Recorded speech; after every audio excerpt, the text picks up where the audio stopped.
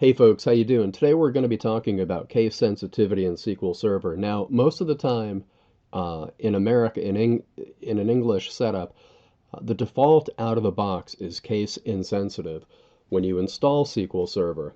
So anyway, let me show you what happens. Let's say that we're going to have two variables, password 1 and password 2. This is all uppercase A's and the other one is lowercase a's. Now, they usually evaluate to being equal. If we say if password 1 equals password 2, then it should return true, okay? And in fact, it does. See, the result says true instead of false.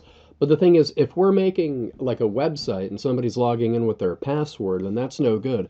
How do we make this case sensitive? It's really simple. When I flip over, watch what's different in the code. Watch what's different here. Boom, boom, boom, boom.